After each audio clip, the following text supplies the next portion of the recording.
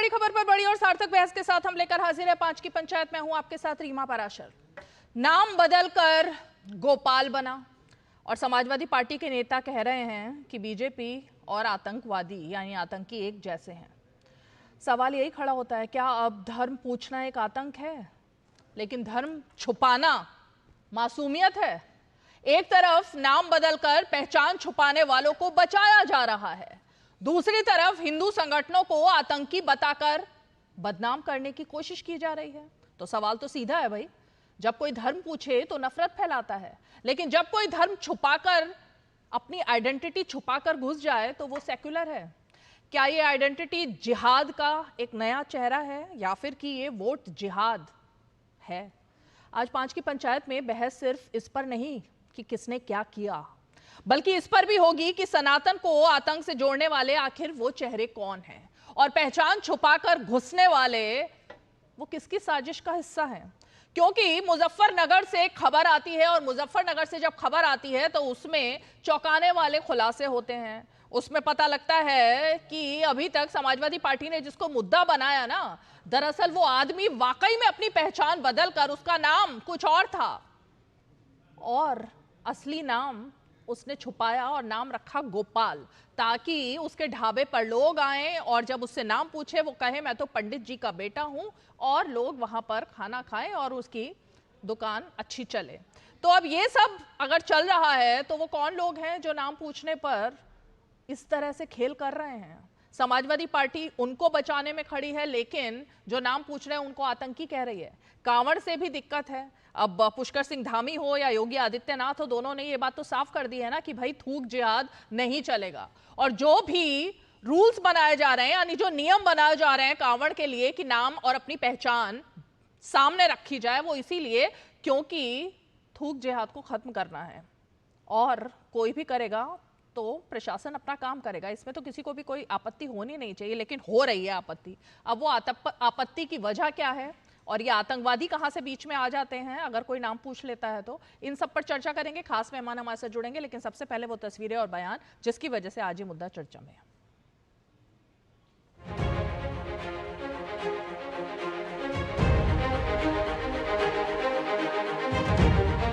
Bharatiya Janata party और आतंकवादियों में कोई अंतर नहीं है।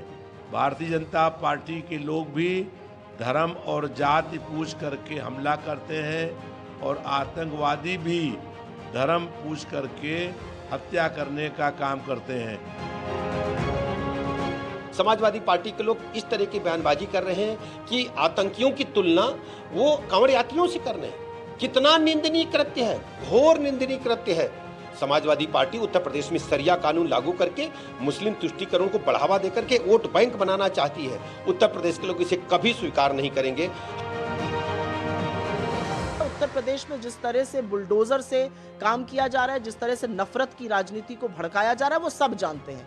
इस देश को बीजेपी और आरएसएस एक नहीं रहने देना चाहती है। इनको संविधान से, इनको तिरंगे से, उनको इस देश की जो ताना बाना है उससे चिढ़ है और हर कीमत पर उसको तोड़ना चाहते हैं। ये हम नहीं होने देंगे। आतंकवादी मानसिकता के लोग आतंकवादियों की ही बात करेंगे हमेशा। इनकी सरकार आती है तो आतंकवादियों को जेल से रिहा किया जाता है, इनकी सरकार आती है तो आतंकवादियों के ऊपर से मुकदमे वापस होते हैं। किसी सिटीजन को जाकर होटल में घुस के ये तुम्हारा नाम बोलो, आधार कार्ड दिखाओ, अरे तू होता कौन भाई? तू होता कौन पूछने वाला? और सरकार क्यों अलाउ कर रही है लोगों को? आज होटल पे शुरू है, कल आपके टीवी स्टूडियो में आ जाएगा। तैयार रहो आप लोग। अवैसी साहब को भी लग रहा होगा कि विदेश में जाके क्या बोलना पड़ता है और देश में क्या हालत है। ये हम सब के लिए दुविधा का क्षण है। माननीय सर्वोच्च न्यायालय की टिप्पणी तक को भुला दिया गया। क्या प्रशासन का ये काम नहीं है कि सर्वोच्च न्यायालय की पिछली टिप्पणी के आलोक में ही व्यवहार हो? और बार बार एक चीज कहता हूं, धार्मिकता और धर्मांधता में फर्क होता है। धर्मांध बना करके ना कुछ हासिल नहीं कर पाइएगा। सरकार किसी भी त्यौहार को शांतिपूर्ण ढंग से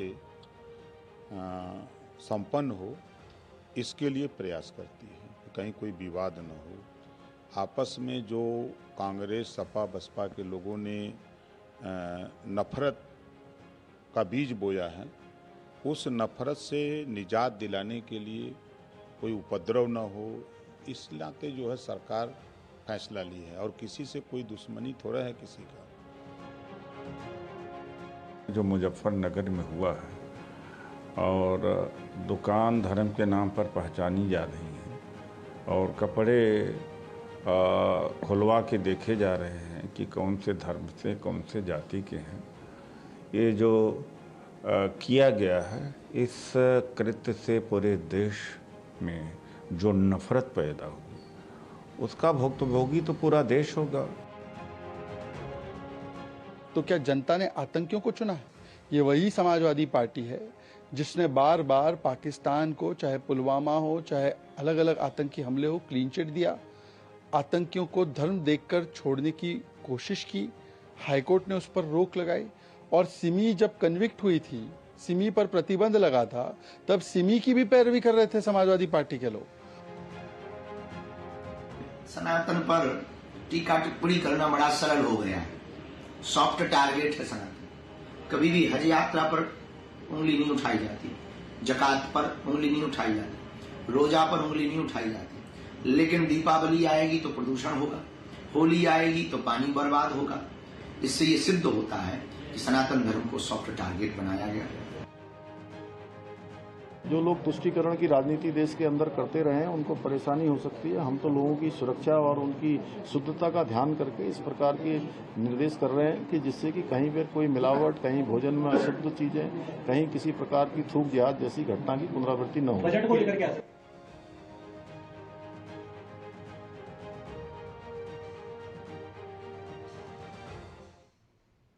तो सवाल यही उठ रहा है कि भाई आखिर कांवड़ के नाम पर आतंकी क्यों दिखाई देने लग जाते हैं? क्या वाकई में सनातन एक सॉफ्ट टारगेट बन गया है? क्योंकि कभी सनातन को कैंसर कहा जाता है, कभी ये कहा जाता है कि शिवलिंग पर जूता रख दो, कभी इस तरह के बयान आते हैं, कभी सांसदों को आतंकी कह दिया जाता है। तो ये हो क्या रहा है? आखिर दिक्कत क्या है? मतलब धर्म छुपा करके कहीं पर घुस जाना ये तो सेक्युलर हो गए, लेकिन धर्म पूछना ये कैसे आतंकी मानसिकता हो गई? चलिए जरा जवाब लेने की कोशिश करते हैं। खास मेहमान हमारे साथ जुड़ गए हैं। हमारे साथ बीजेपी का पक्ष रखने के लिए अनिला सिंह जी, प्रवक्ता भारतीय जनता पार्टी, जुड़ गई हैं। अशोक यादव जी, समाजवादी पार्टी के प्रवक्ता, जुड़ गए हैं। साध्वी प्रज्ञा भारती जी जुड़ गई हैं, धर्मगुरु हैं। और कुछ ही पलों में हमारे साथ तहसीन पूनावाला जुड़ने वाले हैं, राजनीतिक विश्लेषक। लेकिन अशोक यादव जी, ये चल क्या रहा है? बीजेपी आतंकी, कांवड़ी आतंकी, सनातन आतंकी, इससे कौन सा वो वोट बैंक है आखिर जिसको खुश कर रहे हैं? मेरे ख्याल से भारत में कोई नहीं होगा जो ये सब सुन करके आपको वोट देगा और खुश होगा। कौन है वो लोग? रीमा जी, सनातन को आतंकी कौन कह रहा है तो हमें नहीं पता, या किसी धर्म को आतंकी कौन कह रहा है तो हमें नहीं पता। लेकिन एक चीज पता जरूर है कि इस देश में जब से योगी सरकार इस प्रदेश में सत्ता में आई है, तब से लगातार हिंदू धर्म के त्योहारों पर कुछ ऐसा बवाल कराया जा रहा है, सत्ता प्रायोजित, भाजपा प्रायोजित, ताकि कुछ ऐसा माहौल बने कि हिंदू मुस्लिम के बीच क्लैश को बढ़ावा दिया जा सके। आप याद करिए ना, कांवड़ यात्रा इसके पहले भी निकलती थी, न जाने कब से कांवड़ यात्रा निकल रही है, लेकिन शुरुआत बवाल कब से हो रही? हिंदू मुस्लिम कब से हो रहा है? पिछले साल से हो रहा ना। 4 जून 2024 को इनकी सत्ता जब खिसकती हुई नजर आई, तब से बवाल शुरू हुआ। ये प्रायोजित बवाल है। ये कहते हैं कि धर्म छुपाया जा रहा है, नाम छुपाया जा रहा है। आज अगर देखा जाए संविधान का जो हमारा आर्टिकल 17 है या अनटचेबिलिटी एक्ट 1955 क्या कहता है कि धर्म के आधार पर, जाति के आधार पर आप अपने नागरिकों में, सत्ता अपने नागरिकों में भेदभाव नहीं कर सकती। लेकिन सरकार क्या कर रही है? धर्म के नाम, जाति के नाम पर इस तरह से खुलेआम अनटचेबिलिटी एक्ट 1955 का वायलेशन हुआ वो मतलब किया जा रहा है, सत्ता के द्वारा किया जा रहा है। ये अपने आप में बहुत ही खेदजनक विषय है, बहुत ही दुर्भावपूर्ण विषय है। तीसरी बात मैं कहूंगा, जिस तरह से बहुत पहले के आपको याद होगा सदियों पहले की बात है, जब पेशवाओं के राज में दलितों के सिर्फ जाति देख करके उनके गले में हाड़ी बांधी जाती थी, झाड़ू बांधा जाता था उसके उनके कमर में। वही व्यवस्था आज मनुवादी हिंदुत्व की व्यवस्था भारतीय जनता पार्टी लाना चाहती है प्रदेश और देश में, कि धर्म के नाम, ऐसा क्या किया बीजेपी ने? ऐसा क्या किया धर्म के, ऐसा क्या किया बीजेपी ने कि वो मानसिकता वापस आ रही है? ऐसा क्या किया है? एक कदम बताइए। रीमा जी, धर्म के नाम पर किसी को पवित्र या अपवित्र बता देना, जाति के नाम पर किसी को पवित्र अपवित्र बता देना, ये क्या है? ये क्या चीज है? ये क्या देश का संविधान इसकी इजाजत देता है रीमा जी कि धर्म के नाम पर किसी को दे तो अपवित्र है, जाति के आधार पर कर दे तो अपवित्र है? ठीक है, क्या देश में हमारे संविधान में कहीं ये लिखा हुआ है कि आप झूठ बोलिए, आप आस्था का अपमान कीजिए, किसी की आस्था अगर किसी के साथ जुड़ी है तो आप अपना नाम बदलकर, आपका नाम है तजम्मुल, लेकिन आप गोपाल बनकर जाएंगे और खाना सर्व करेंगे, ये आस्था का अपमान है या नहीं? ये मेरी आस्था का अपमान है या नहीं? या उस खाने वाले की आस्था का अपमान है? ये संविधान में लिखा है झूठ बोलना? कहीं लिखा है क्या रीमा जी?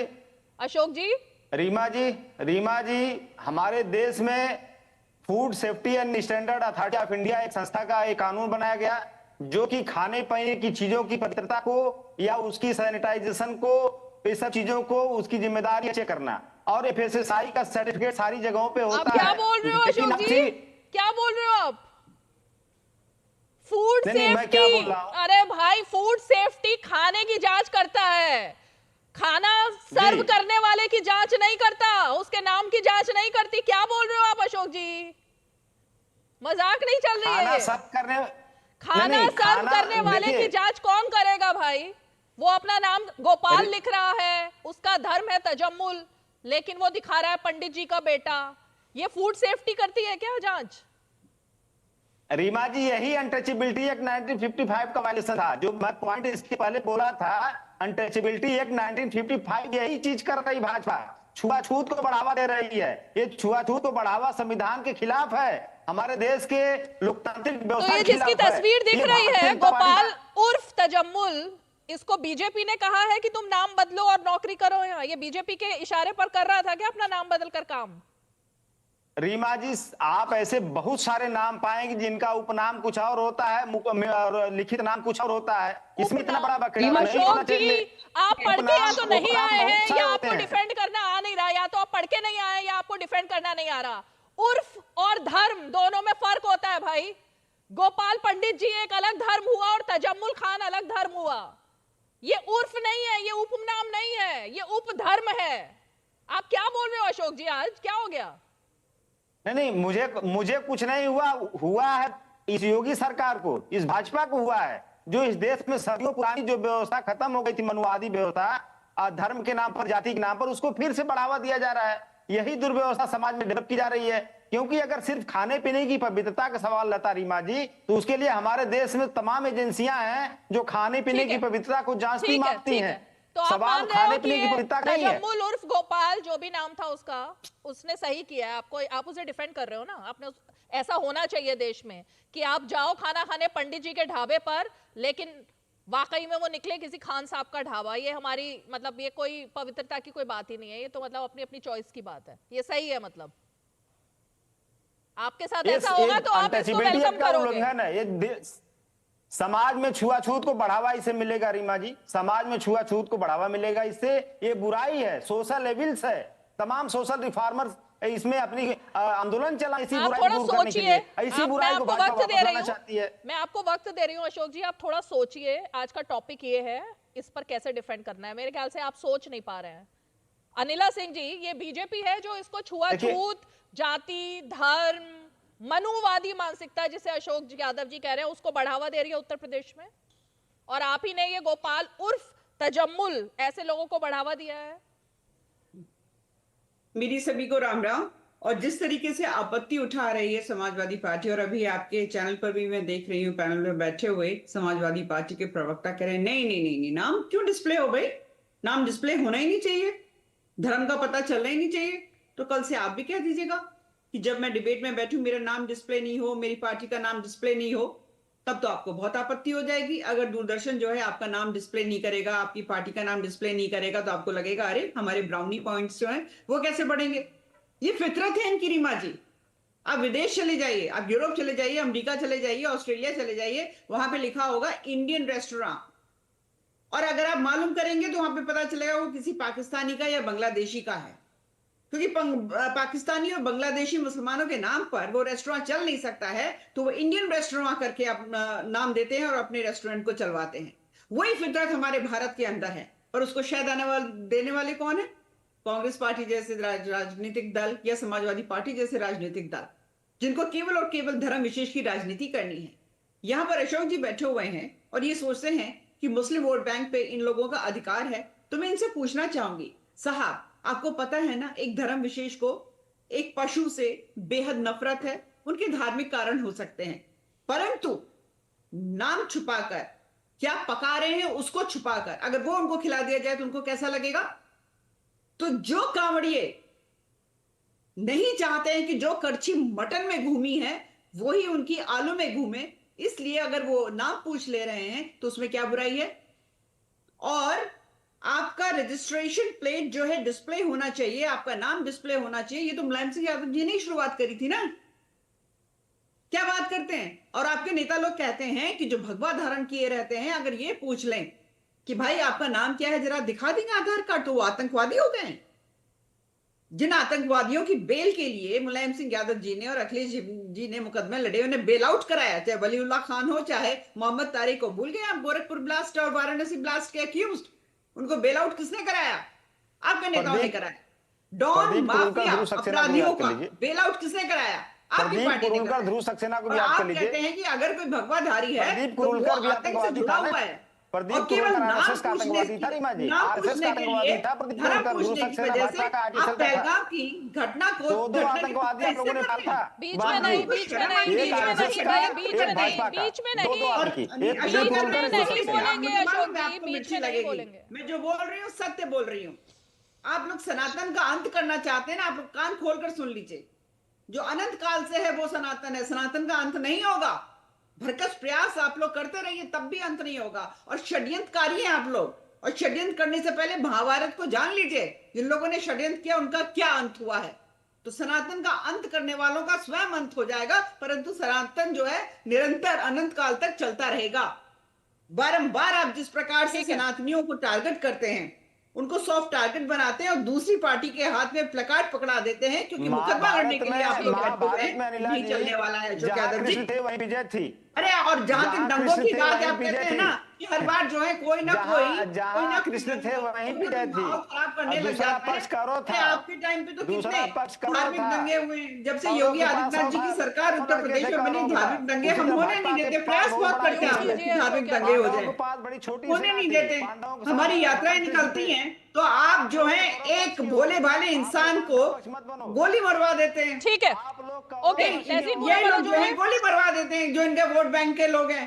केवल और केवल वो कोई ध्वज उतारना चाह रहा था, पीछे से आके पीठ में गोली मारी। ठीक है, तो हमारी यात्राओं में जो हमारे यात्री होते हैं, बीच बीच में क्यों बोला जा रहा है अशोक जी? अपनी बारी में बोलेंगे सब लोग। ओके ओके, ठीक है अनिला जी, अपनी बारी में एक तो सब लोग बोलेंगे, लेकिन मैं इससे पहले कि साध्वी प्रज्ञा भारती जी का रुख करूं, अशोक जी, आतंकवादी और आतंकी एक बहुत बड़ा शब्द है। आतंकवादी ऐसे ही किसी को आप बोल देंगे, ये सोचना समझना पड़ता है। आतंकवादी का क्या मतलब है? आतंकवादी का मतलब है जो माताओं बहनों के सुहाग जिसने उजाड़े पहलगाम में, वो आतंकवादी है। जो दरिंदे होते हैं वो आतंकवादी हैं, जो लोगों के ऊपर नृशंस हत्या करते हैं वो आतंकवादी हैं। ये सब आतंकवादी की श्रेणी में आते हैं। सांसदों ने बीजेपी के सांसदों ने ऐसा क्या किया है कि उनकी तुलना आतंकवादियों से की जाए?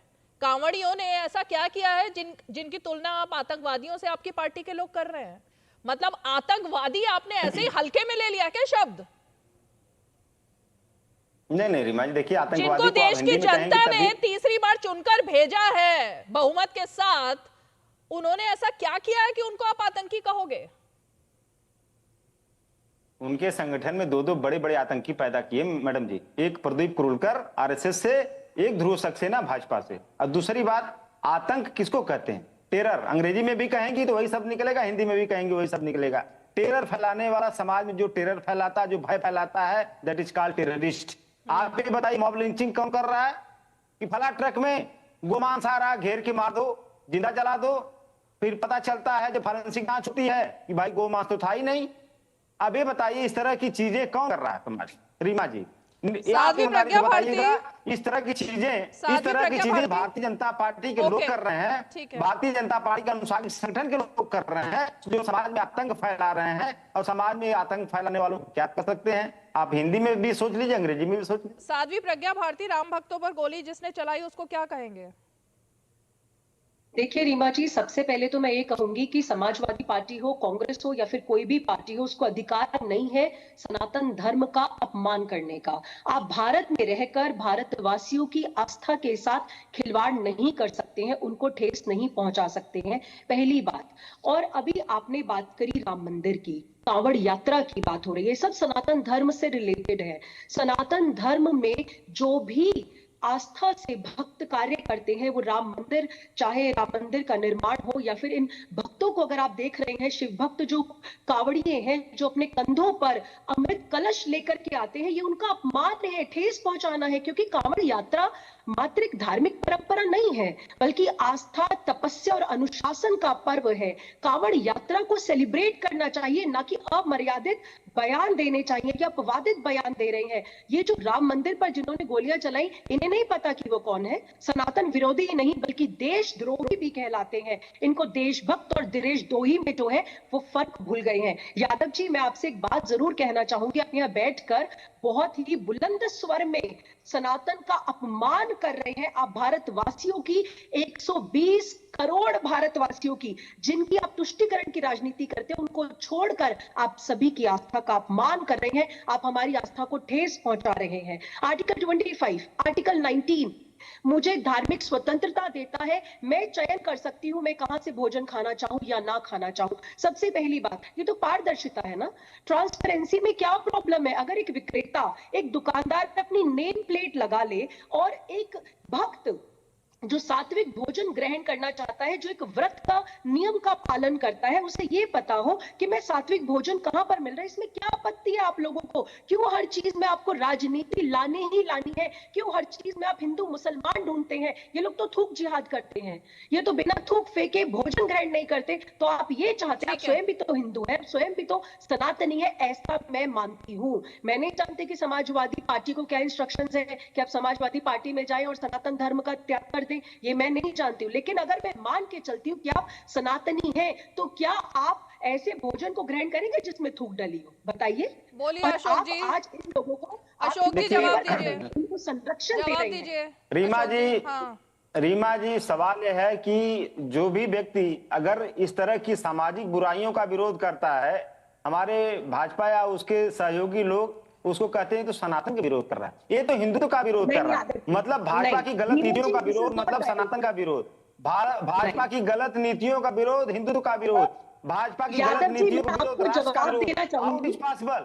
ये कैसे हो सकता है कि हम भाजपा गलत नीतियों का विरोध कर रहे हैं तो हमको बताया जा रहा है कि आप देश का विरोध कर रहे हैं, सनातन विरोध कर रहे हैं? आप ये बताइए, आप साध्वी हैं, सुन लीजिए, आप लोगों का बस चले तो आप लोग ब्लड बैंक में ब्लड की थैली पर लगवा दें, ये हिंदू का ब्लड है, ये मुसलमान का ब्लड है, ये सिख का ब्लड है। अरे कितना नीचे गिरेंगे राजनीति के लिए भाजपा के लोग? क्यों इतना नीचे गिरने पे उतारू आप लोग हैं? इतना नीचे मत गिरिए आप लोग। निवेदन मेरा इस देश का, हमारा देश अनेकता में एकता के सिद्धांत को मानता है। हमारा देश गुलदस्ता है, हिंदू मुस्लिम सिख ईसाई सब आपस में भाई भाई। इस भाईचारे पर नजर मत लगाइए, इस भाईचारे को बने रहने दीजिए। हमारे देश की आत्मा है ये भाईचारा, आत्मा हमारे देश की है। इस भाईचारे पे इतना अगर आप लोग प्रहार करेंगे तो मुझे लगता है आप इस देश के संविधान और इस देश के लोकतांत्रिक व्यवस्था पर भी प्रहार करने का काम करेंगे कहीं न कहीं से। ओके, तहसीन पूनावाला जुड़ गए हैं मेरे ख्याल से। तहसीन, जयराम रमेश सांसदों को आतंकवादी बोल देते हैं, समाजवादी पार्टी कांवड़ियों को और बीजेपी को आतंकवादी कह देती है। आतंकवादी शब्द को इतना हल्का क्यों किया जा रहा है?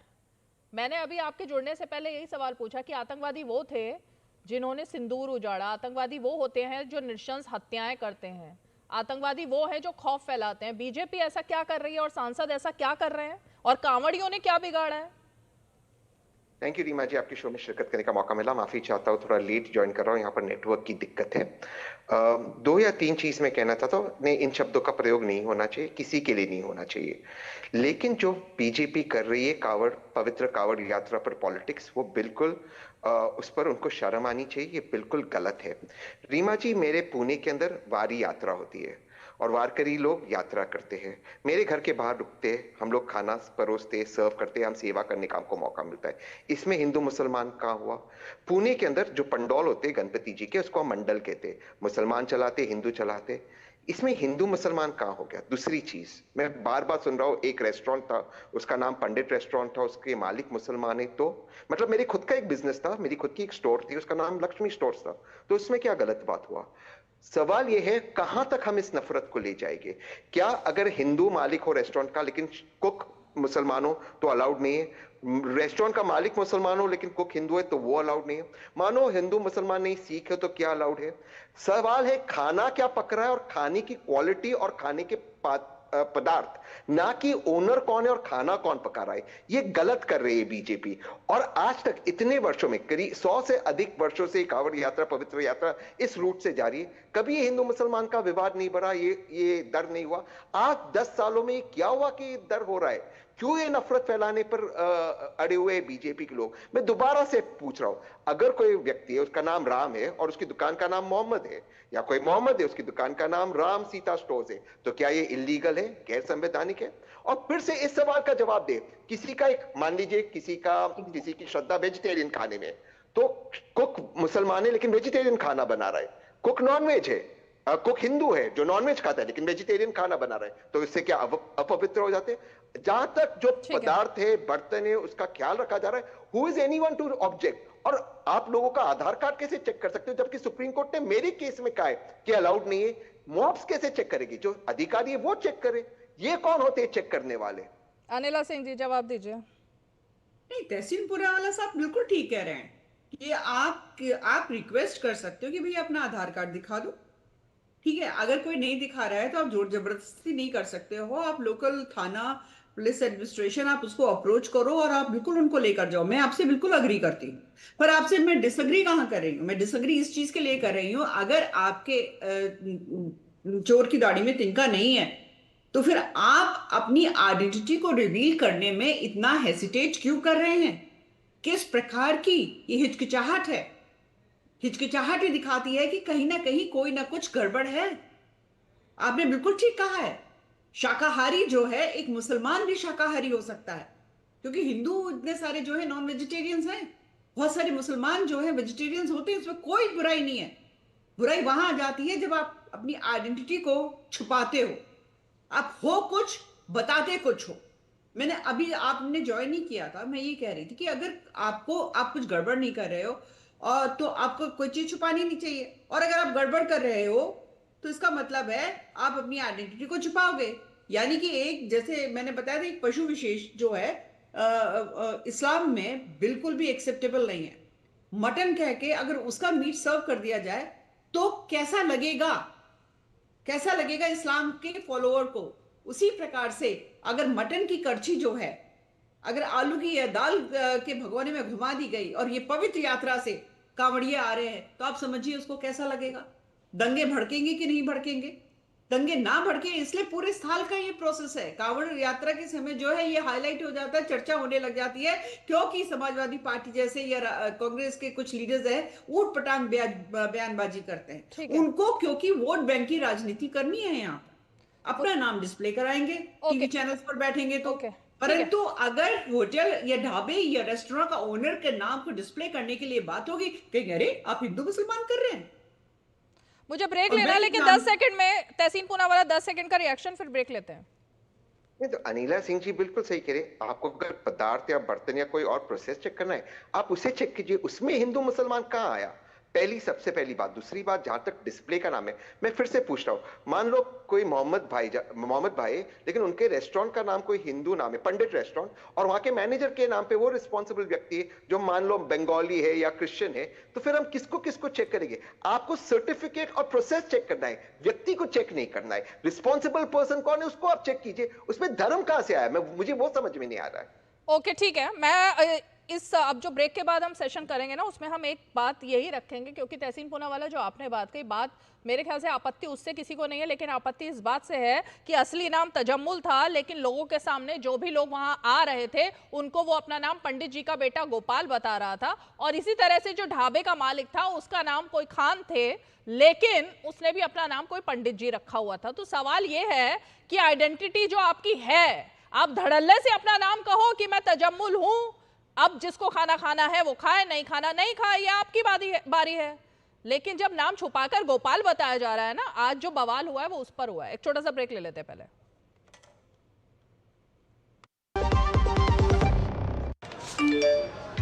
कम समय में ज्यादा मुनाफा, बस एक क्लिक में, कमाल है।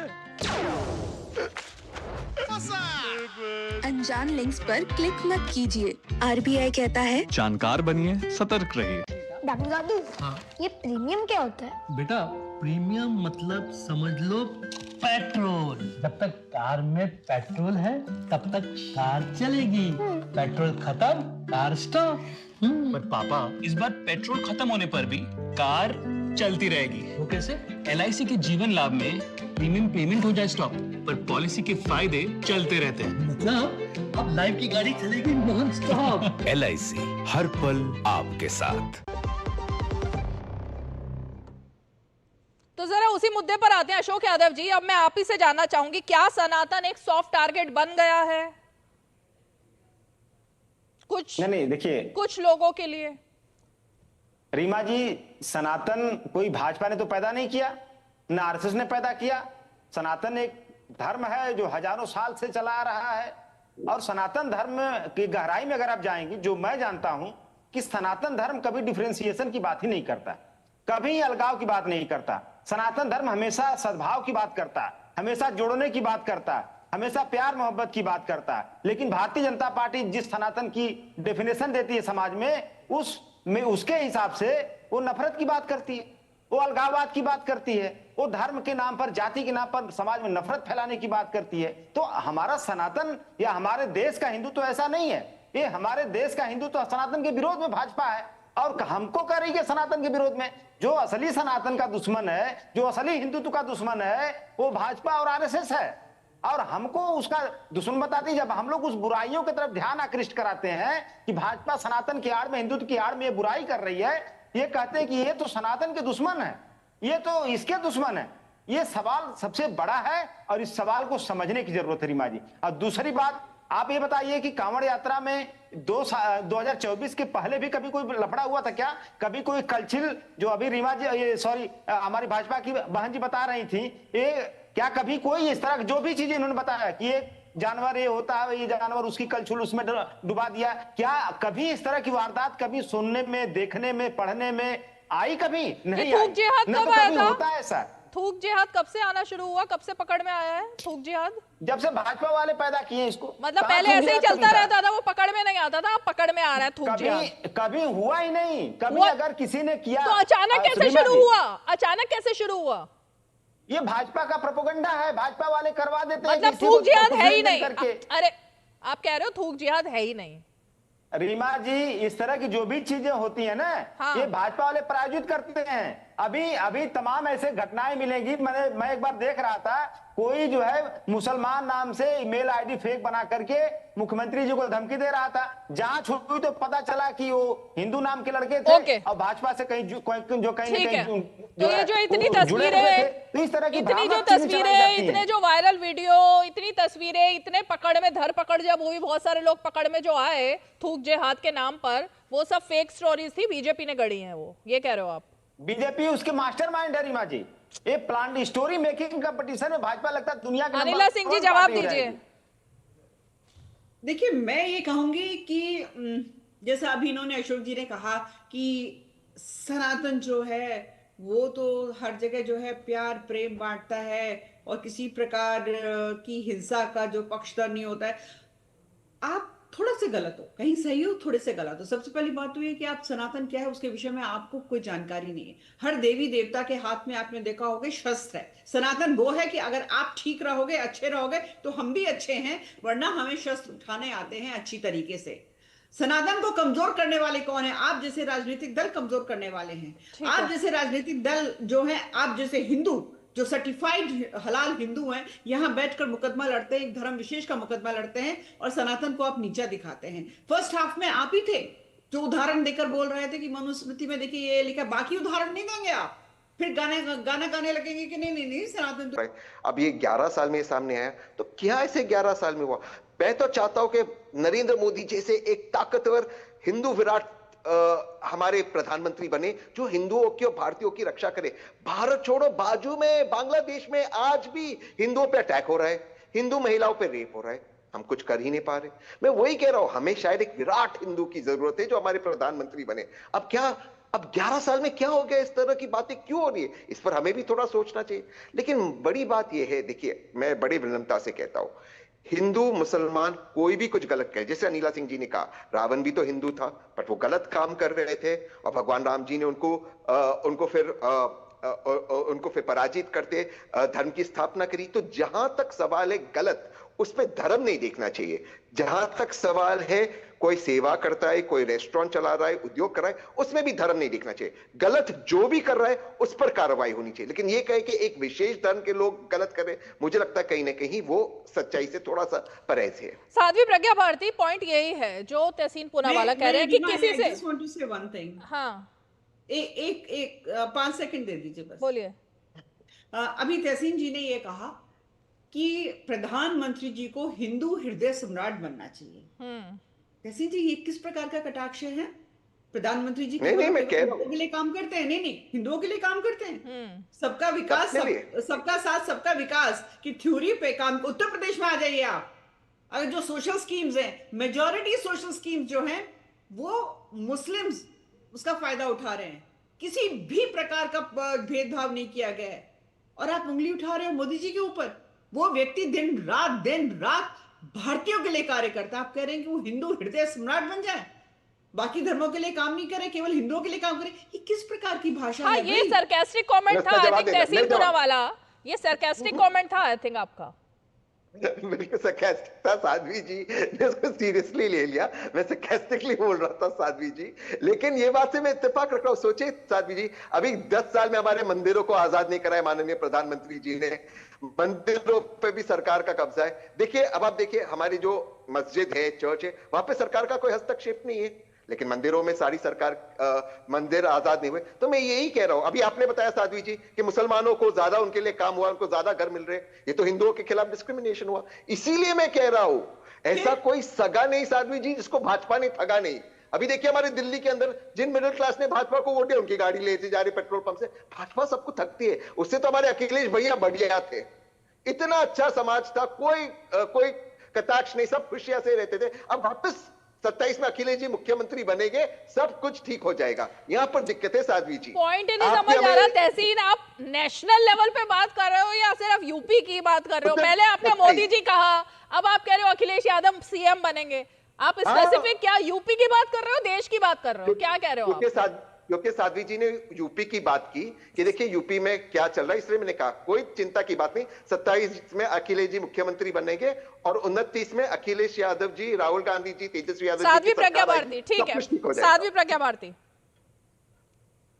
देखिए, सबसे पहले तो ये बात है रीमा जी, ये जो यहाँ पर आतंकवाद की बात हो रही है, आतंकवाद is a very very big term, एक हीनस क्राइम है, रिडिकुलस थिंग है। हम आतंकवाद से इसको कंपेयर नहीं कर सकते हैं, ये बहुत ही गलत है। सबसे पहली बात तहसीन, जैसा कि आप लगातार बोल रहे हो कि अगर कोई हिंदू है तो वो कोई मुस्लिम है तो क्या वो हिंदू नाम नहीं रख सकता है? तहसीन देखिए, नाम रखने की बात अलग होती है और आइडेंटिटी इंटेंशनली छुपाने की बात अलग होती है। इसका मतलब पारदर्शिता नहीं है। लेकिन इससे जो आप कह रहे हो कि नफरत का माहौल पैदा होगा, नफरत का नहीं बल्कि सौहार्दपूर्ण माहौल पैदा होगा जिससे नफरत खत्म की जाए, इससे धर्म की रक्षा होगी। और उसका लॉजिक मैं आपको देती हूँ। लॉजिक है, देखिए, अगर पहले से ही आपको पता होगा कि उसकी आइडेंटिटी क्या है, तो जो वहां पर एक शिव भक्त आ रहा है, एक कांवड़िया आ रहा है, वो अपने आप अपना चयन करेगा मुझे यहां से खाना है या नहीं। लेकिन अगर बाद में उसे पता चला कि मेरे साथ धोखा हुआ है, तो आप सोच सकते हो सिचुएशन क्या होगी। उसके बाद प्रशासन को भी इंटरवीन करना पड़ेगा, सरकार को भी इंटरवीन करना पड़ेगा। सो टू अवॉइड दिस सिचुएशन, ये जो डिसीजन है उत्तर प्रदेश सरकार का, ये सराहनीय है। पहली बात, बहुत सारी चीजें जो आप लोग फोर्स ही नहीं कर सकते हो, लेकिन प्रशासन उसे फोर्स ही करता है, क्योंकि प्रशासन बहुत समय से जानता है कि दंगे कैसे भड़कते हैं, दंगों को भड़काने वाले व्यक्तियों की मंशा क्या होती है, इंटेंशन क्या होती है। दूसरी बात, अभी आपने कहा 11 साल, देखिए ना तो मैं भाजपा की प्रवक्ता हूं, ना तो मैं सपा की प्रवक्ता हूं, लेकिन क्योंकि मैं भारत की एक रिस्पॉन्सिबल नागरिक हूं, as a responsible citizen of my country, Tehseen, I believe you are very learned and educated and I respect you a lot. आप बताओ 11 सालों में अगर ये मुद्दा आ जा रहा है थूक जिहाद का, इसका मतलब ये पहले भी होता था, लेकिन मुद्दा सामने अब आया है, यानी सनातनियों की आस्था का सम्मान किया जा रहा है। कितनी बड़ी बात है। और इसके लिए मैं योगी जी और नरेंद्र मोदी जी को, दोनों को ही साधुवाद देती हूं कि जब से ये लोग आए हैं तो एक हिंदू, एक सनातनी सर उठाकर जी सकता है और अपने हक के लिए आवाज उठा सकता है। पहले इसी आवाज को दबाया जाता था। आप बात करते हो 2027 के अखिलेश यादव की। अखिलेश यादव वो व्यक्ति है, देखिए अखिलेश यादव जी के लिए मेरी कोई एनिमोसिटी नहीं है, लेकिन मेरा दिल दुखता है जब रामचरितमानस की प्रतियां फाड़ी जाती हैं तो फिर अखिलेश यादव जी का कोई बयान नहीं आता है। पार्टी में उस व्यक्ति की प्रमोशन कर दी जाती है, टोपी पहन के रोजा इफ्तार में चले जाते हैं, लेकिन राम मंदिर के लिए आमंत्रण की वेट की जाती है। उसके बाद मुंबई में कॉन्फ्रेंस बुलाई जाती है जिसका जो सब्जेक्ट है वो रखा जाता है इरेडिकेशन ऑफ सनातन धर्म, सनातन धर्म का उन्मूल विनाश। तहसीन, आप पढ़े लिखे हैं, आप मुझे बता दीजिए, भारत में रहकर ऐसी कॉन्फ्रेंस करना क्या ये ठीक है? और मैं एक बात और बताती हूँ, एजेंडा कौन चला रहा है? ये एजेंडा विदेशों से चल रहा है, फंडिंग इन्हें विदेशों से आ रही है, डिसमेंटलिंग हिंदुत्व। ये वहां पर कॉन्फ्रेंस हुई 2021 में। कांग्रेस और सपा को, किसको? कांग्रेस और सपा को एक ही लाइन, हाँ एक ही लाइन। साध्वी जी से मैं, साध्वी जी एक तो मैं थैंक यू आपको कहना चाहता हूँ, आपने मेरी इतनी प्रशंसा की और मैं भी आपका बहुत रिस्पेक्ट करता हूँ। और बिल्कुल सही कह रही है साध्वी जी, मुंबई में ये कॉन्फ्रेंस हुआ, मैंने इसके खिलाफ ट्वीट किया था। रीमा जी आप चेक कीजिए मुंबई में किसकी सरकार है। साध्वी जी बिल्कुल ठीक कह रही है, फंडिंग विदेश से आ रहा है। मुझे नहीं पता कांग्रेस को वगैरह आ रहा है, लेकिन फंडिंग विदेश से आ रहा तो वो तो आरबीआई के माध्यम से आएगा, कैश तो आएगा नहीं।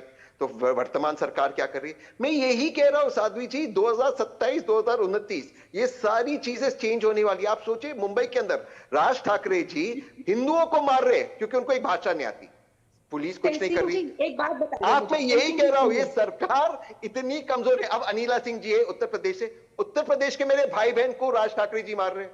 वहां पे महाराष्ट्र में किसकी सरकार है? देखिए साध्वी जी, और अधिकतर तो हिंदू भाई बहन। सुनिए, आप जब ये चीज कांग्रेस के सानिध्य में होती है जिसमें सारी पार्टीज है, अलायंस है, इसको कहते हैं फ्रीडम ऑफ एक्सप्रेशन, अभिव्यक्ति की आजादी। लेकिन जहां पर आर्टिकल 25 आपको ये फ्रीडम देता है कि मैं कहां से भोजन ग्रहण कर सकती हूँ, उस पर आप इतनी बड़ी आपत्ति कर रहे हैं, उसको आतंकवाद कह रहे हैं आप। मतलब आतंकवाद का मतलब भी भूल गए आप लोग क्या होता है, देशद्रोह और देशभक्ति का मतलब भूल गए। हज पर सब्सिडी दी जाती है हमारे पैसों से, टैक्स पेयर के पैसों से सब्सिडी दी जाती है, लेकिन जब एक सनातन धर्मी, क्या मांगा कावड़ियों ने? कोई मांग तो नहीं कि आप उन्हें क्या सब्सिडी दे रहे हैं, सिर्फ अपनी आस्था का सम्मान मांग रहे हैं। क्या वो गलत है? पारदर्शिता मांग रहे हैं, क्या वो गलत है? हज के लिए आपने एक टिप्पणी नहीं किया, बता दीजिए, हमारे पैसों से जाते हैं। अरे अगर कांवड़िया नंगे पैर प्रभु शिव की भक्ति कर रहे हैं, कलश भरकर आते हैं, हमें सम्मान करना चाहिए तहसीन जी। और क्योंकि आप पढ़े लिखे हैं, you are not like other spokesperson, तो आपको तो ये बोलना चाहिए यहाँ पर बैठकर, you can vouch for them कि हमें उनका साथ देना चाहिए। नेम प्लेट लगने में क्या प्रॉब्लम है? ठीक है अनिला जी, यही तो पॉइंट है ना कि सरकार क्या कर रही है, सरकार क्या कर रही है। ये जो तहसीन पूनावाला बात कह रहे हैं, महाराष्ट्र में एक कॉन्फ्रेंस हो जाती है तो आखिर क्या कदम हो रहा है, और कांवड़ियों और सनातन के खिलाफ लगातार इस तरह के बोल, जिसने भी आतंकवादियों से तुलना कर दी है उसको तो अब तक अंदर होना चाहिए था जेल में, कि वो कैसा बयान दे रहा है। तहसीन जी, आपने अभी अभी कहा कि अनिला जी उत्तर प्रदेश से आती हैं। बिल्कुल आती हूँ, उत्तर प्रदेश की एक बहुत ही गौरवान्वित, मैं कहूंगी कि यहाँ की निवासी हूँ, और आप हमारे दामाद, आप उत्तर प्रदेश के दामाद, ठीक है ना? Thank you. तो आपका हम पूरा सम्मान करते हैं, क्योंकि हमारी संस्कृति में दामाद का स्थान जो होता है वो विशेष होता है, और बहुत ही काबिल पत्नी है आपकी। पर मैं आपको यहाँ पे कहना चाहूंगी कि अभी आपने 2 उदाहरण दिए। एक आपने यहाँ पे दिया कि मुंबई में किस प्रकार से समाजवादी पार्टी के द्वारा एक सेमिनार रखा गया कि सनातन को किस प्रकार से समाप्त कर सके। ठीक है, ये खुद समाप्त हो जाएंगे, सनातन नहीं समाप्त हो सकता, बिल्कुल नहीं हो सकता।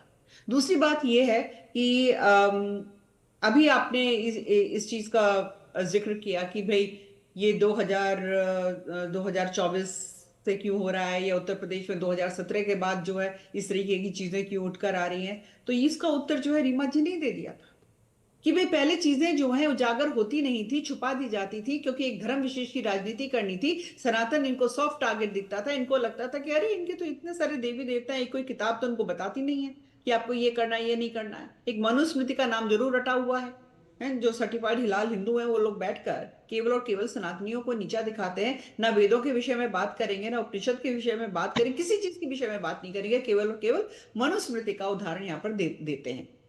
और यहाँ पे एमएनएस की बात की गई। तो जो लोग, मैं कह रही हूँ इस चैनल पर कह रही हूँ, जो लोग उत्तर प्रदेश या बिहार, खासतौर से मैं उत्तर प्रदेश से आती हूँ तो मैं उत्तर प्रदेश के विषय में कहूंगी, हमारे लोगों को टारगेट करके मारेंगे पीटेंगे ये कह के कि उत्तर प्रदेश के वासी हो तो हम तुम्हें यहाँ टिकने नहीं देंगे, तो याद रखिए ये उत्तर प्रदेश के वासी हैं, हाथ उठाओगे तो हाथ तोड़ देंगे। उत्तर प्रदेश के लोगों पे हाथ ना उठा देना। उत्तर प्रदेश के लोग कमजोर नहीं हैं, हम सम्मान करते हैं। पता नहीं कितने कितने महाराष्ट्र से आए हुए लोग यहाँ पर रहते हैं, अपना काम करते हैं, हम बहुत प्यार प्रेम से रहते हैं, हमने तो कभी भी नहीं कहा। और उत्तर प्रदेश और बिहार और राजस्थान और मध्य प्रदेश के लोग अगर महाराष्ट्र से हट जाएंगे तो आपको लगता है कि वहां का उद्योग चल पाएगा, काम हो पाएगा? ये वो उत्तर प्रदेश के लोग हैं जो पूरे भारतवर्ष में जाकर पूरा पूरा सहयोग देते हैं, और किसी भी रूप में देते हो, चाहे वो छोटा सा एक कारीगर हो या वो खुद उद्योग चला रहा हो। तो सीधी सी बात है, चाहे कोई भी राजनीतिक दल हो, तो कोई भी उत्तर प्रदेश के लोगों को हाथ ना लगा दे अपने प्रदेश में। अशोक यादव जी, मैं जरा वापस लौट करके उसी मुद्दे पर आती हूँ जिस पर आतंकवादी आ गया। दो अलग अलग मामले हुए, दोनों में जनता को मिसगाइड करके समाजवादी पार्टी ने एक अलग एजेंडा चलाने की कोशिश की। आपने एक जाति की बात की, अब ये यादव वर्सेस ब्राह्मण का जो हुआ पूरा मामला, अगर कोई यहाँ भी वही मामला है, आइडेंटिटी छुपा करके आप अपने आप को ब्राह्मण बता करके कथावाचक बन रहे हो, लेकिन उसके बाद आस्था का अपमान करते हुए जब ये पता चला कि आप तो किसी और जाति के थे, तो यहाँ भी झूठ बोलना, बेईमानी करना वो मुद्दा था। जैसे कि गोपाल उर्फ तजम्मुल का मुद्दा हुआ कि आप आस्था के साथ खिलवाड़ कर रहे हो खाने वालों की, तो इसको कैसे आप डिफेंड कर सकते हो सर अशोक यादव जी? अब इसी पर जवाब देना, अब आप इसी मुद्दे पर। रीमा जी, इटावा वाली घटना को जो आपने कहा, वो घटना एक तरह से उस सामंतवादी मनुवादी व्यवस्था को एक्सप्रेशन था, जो कि किसी व्यक्ति के लिए आज के समाज में इतनी अमानवीयता किसी भी व्यक्ति के अंदर अगर पैदा हो रही है, इट मींस कि there is something wrong. There is something wrong. झूठ बोलना एक पाप है, झूठ बोलना एक बुराई है। आप किसी के साथ झूठ बोल करके अपनी पहचान छुपा करके कुछ पैसे कमाने के लिए, कुछ नाम कमाने के लिए आप किसी की आस्था का अपमान करें, यह भी एक कानूनन जुर्म है अशोक यादव जी, जो आपको समझ नहीं आ रहा है। अगर झूठ बोलना कानूनी अपराध है तो मुझे नहीं लगता कि माननीय मोदी जी कितनी बार झूठ बोले होंगे। अलग मामले पर चले गए अब आप, माननीय मोदी जी अब आप अलग ही ट्रांजेंट पर चले गए हैं, आप मुद्दे पर लौट कर आइए। अरे मैं बिल्कुल ऑथेंटिक बात करता हूं। वाशिंगटन पोस्ट ने ट्रंप साहब का पिछले कार्यकाल का झूठ जोड़ के बताया था कि पर डे 20 झूठ बोलते हैं। तो वाशिंगटन पोस्ट ने, हमारी मीडिया में अगर बैकबोन रहती, स्पाइन रहती, तो अशोक यादव जी, अगर समाजवादी पार्टी के प्रवक्ताओं और नेताओं और खासकर अखिलेश यादव में बैकबोन होती तो वो इसे यादव और ब्राह्मण का मुद्दा नहीं बनाते। वो ये कहते हैं कि झूठ बोलना गलत है, अपराधी की तरह ट्रीट करना चाहिए झूठ बोलने वालों को, और कानून अपना काम करे। लेकिन आपने उनको डिफेंड किया क्योंकि आपकी राजनीति अलग तरीके से चमक रही है। रीमा जी बताइए, झूठ बोलना पाप है? मोदी जी को बताइए कि झूठ बोलना पाप है। किसानों की आय 2022 तक क्यों नहीं दुगनी हो गई? आप बताइए, स्विट्जरलैंड से काला धन क्यों नहीं आया? आप बताइए, मोदी जी को झूठ नहीं बोलते हैं। रह गई बात, आपने इटावा घटना की जिक्र किया, नहीं पता वो झूठ बोलने की या पहचान छुपाने की जो कानूनी प्रक्रिया होती है, वो प्रक्रिया के तहत वो उनके साथ होना चाहिए था, न कि उनके साथ उनका बाल छील देना, उनको पैर पे नाक रगड़वाना और उनके ऊपर किसी धर्म विशेष का मूत्र छिड़कवाना। ये इसको आप डिफेंड कर रही हैं। मुझे लगता है कि इससे ज्यादा बुरी बात कुछ नहीं हो सकती रीमा जी। और दूसरी बात मैं कहूं, अभी हमारी बहन साध्वी जी चली गई ना, बड़ी बड़ी बातें फेंक रही थी, freedom of speech, freedom of expression. अरे अभी ज्यादा नहीं हुआ।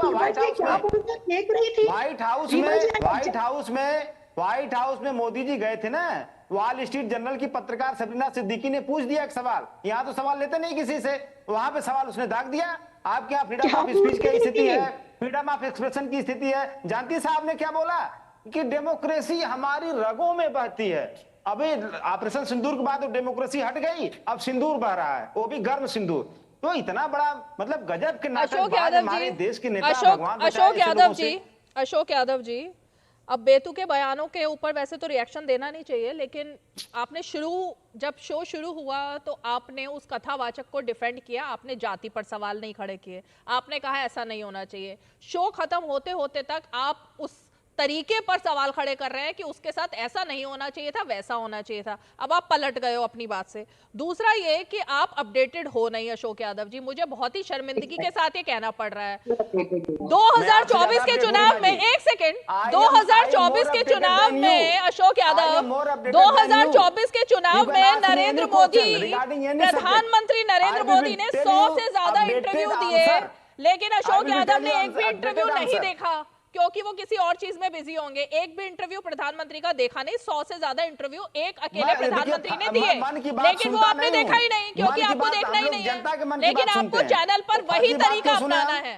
अब एक्चुअली जो गोपाल उर्फ मजम्मुल, क्या नाम है, तजम्मुल, जिसने भी बोला था, जिस तरह का झूठ उसने बोला ना, वैसा ही झूठ अशोक यादव यहाँ चैनल पे बैठकर बोल रहे हैं। आपको भी अपडेट तो कुछ है नहीं, आप ना रिसर्च करके आए हैं, मैं तो वही कह लेकिन रहा हूं। आप जैसे झूठ वो लोग बोल रहे हैं, जैसे उस कथावाचक ने झूठ बोला, वैसे अशोक यादव झूठ बोल रहे हैं। अब रीढ़ की हड्डी किसके नहीं है, ये अशोक यादव जी थोड़ा सेल्फ एनालिसिस कीजिए, थोड़ा सा कर लीजिए, विषय में कर लीजिए। आप पूछिए, मैं नहीं अब बताऊंगा। साध्वी प्रज्ञा भारती के ऊपर आपने अटैक किया, वो जवाब देंगे। जो जबान मेरे मुंह में डालना चाहती हैं, वो सवाल पूछ रही हैं। साध्वी प्रज्ञा, देखिए सुनिए रीमा जी, ये जो अशोक जी ने यहाँ पर जिस भी भाषा का प्रयोग किया है, यह सभ्य भाषा है, इनको पता होना चाहिए। And this speaks volumes about him and his party, कि जब इनके पास तर्क खत्म हो जाते हैं तो ये पर्सनल अटैक पर आ जाते हैं। देखिए समाजवादी पार्टी महिलाओं की वैसे भी रिस्पेक्ट नहीं करती है, और मैं बहुत ही, मुझे आज पीड़ा हो रही है ये देखकर कि इस तरीके की भाषा का प्रयोग कर रहे हैं, क्योंकि इनके पास लॉजिक खत्म हो गए हैं। अगर मैं शिव भक्तों के फेवर में बोल रही हूँ, मैं कांवड़ियों के और सनातन धर्मियों के फेवर में। वक्त कम है मेरे पास, वक्त कम है, मुझे शो यही खत्म करना पड़ेगा। लेकिन अशोक यादव जी, मैं चलते चलते आपको सिर्फ इतना ही कहना चाहूंगी कि बड़े शो पर आते हैं तो पॉइंट्स लेकर के आया करिए, क्योंकि बहुत सारे सवाल उठते हैं, उन सवालों पर जवाब देना होता है। झूठ बोलने से और डक करने से डिबेट में अपना चेहरा उजागर हो जाता है, फिर जब ट्रोल होते हैं तो फिर एंकर को बदनाम करते हैं। तो इसलिए ट्रोल आर्मी जो है जब ट्रोल करती है ना, फिर आप एंकर को बदनाम करते हैं, वो तरीका ठीक नहीं है। सवालों के जवाब देने के लिए रिसर्च जरूरी है, वो करके आना चाहिए। 5 की पंचायत में आज इतना ही, कल फिर होगी मुलाकात, तब तक के लिए हमें दीजिए इजाजत, नमस्कार।